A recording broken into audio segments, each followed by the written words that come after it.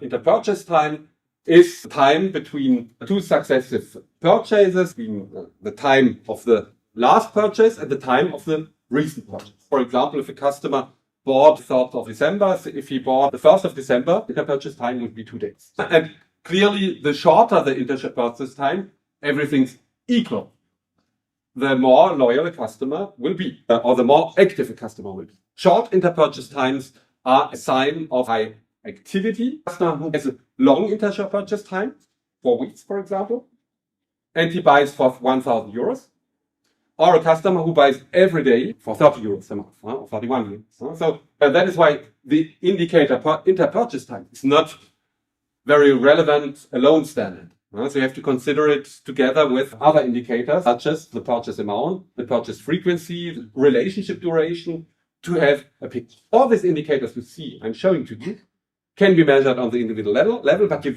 never consider them alone. You will have to look to different indicators to have a picture about the customer loyalty. The retention rate, so the number of customers buying in T divided by the customers buying in T minus 1, and the defection or churn rate is 1 minus the retention rate. These records come from the internal database. Retention rate is rate of customers who are still active in one period, in the actual period, compared to the precedent period. In other words, you compare your database or your customer portfolio and you're looking at the customers being active today versus the customers being active in the precedent period. Up to you to define the time period. In grocery retail, you would say probably a monthly basis, because customers buy several times a month. If you take the example of a car purchase, the observation period would be much longer, because you don't buy a car every week, every month, neither every year. So you would probably compare, let's say, the last 5 years, the customers who are active or were active the last 5 years versus customers who are active today. But let's take a more realistic example. Let's take the example of an e-commerce or a grocery retailer. The observation period might be a month or the last 6 months. So we can compare 2 times a year. For example, the first 6 months versus the second phase. So from January to June and July to December. You look how many customers were in your database from January to June, let's say 1 million. And you look from July to December, how many of my 1 million customers are still active in my database? Let's say, to make it easy, 500,000. You divide 500,000 by 1 million, and your retention rate is then 50%. So 50% of your customers are still active. This is the retention rate.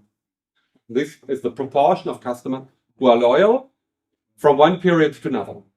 In my example, the retention rate is low, because if you lose in 1 year 50% of your customers, you have a big problem. I talked about the bucket that is leaking. Then you have a big hole where you lose a lot of water or a lot of customers. Then the problem is really to understand why these customers defect. The retention rate should be close to 100%. On the other hand, defection rate is the opposite. So 100 minus the retention rate is the defection rate, or you can call it also churn. Churn rate is the defection. The more churn rate is close to 0, the better it is. If you see that your retention rate is high, you're doing a good job in terms of loyalty. If you see that your retention rate is decreasing from one period to another one, then you have to do something. Then you have to understand, first of all, what is happening. Why customers are leaving. Is it a question of perceived value? Do the products have problems? Does the service have a problem? Or is the relationship a problem? Are they satisfied for the service, products, and relationships? Is it a question of trust? So then you have to do your analytics. Then you might do personal phone calls to customers who have defect, because you know which customer has defect. And that's why we come back to this framework. If you're a mobile phone provider, you generally don't wait until the customer defects. You will contact customers close to the defection rate, the end of the contracts, let's say 1 to 2 months before, to offer them a new offer to stay loyal. Or you're doing loyalty marketing all the time. That is, you might raise up a loyalty program to make him loyal. Or whenever he is interacting with you, he calls you, and you are offering him perfect service in order to make him loyal. You stay loyal because the relationship is good all over the time. But if critical moments are repeated, then relationships will end. But in the grocery retail, it's also a question of continuous loyalty marketing. With loyalty programs, again, with service provision, with customer caring. So all these tools are used to make the customers loyal. And if you see that actually this customer is inactive, it's a dormant customer, you might try to do customer reactivation. This means that if you think that the customer is valid, then you might contact this customer in order to understand why he or she does not purchase anymore. Then you will see either he moved, either he is dead, either he is dissatisfied, either he has found a new provider where he is doing his purchases, and you can try to convince him to stay loyal. This is one-to-one. There will be algorithms, there's artificial intelligence that will show you the customers in danger of defection, to which you have to do loyalty marketing. They will calculate customers who are worthwhile to make this customer loyal. You have assets which generate cash flow, which have potential, and according to the cash flow and the potential, you will keep them or you will abandon. This brings me back to the term customer centricity.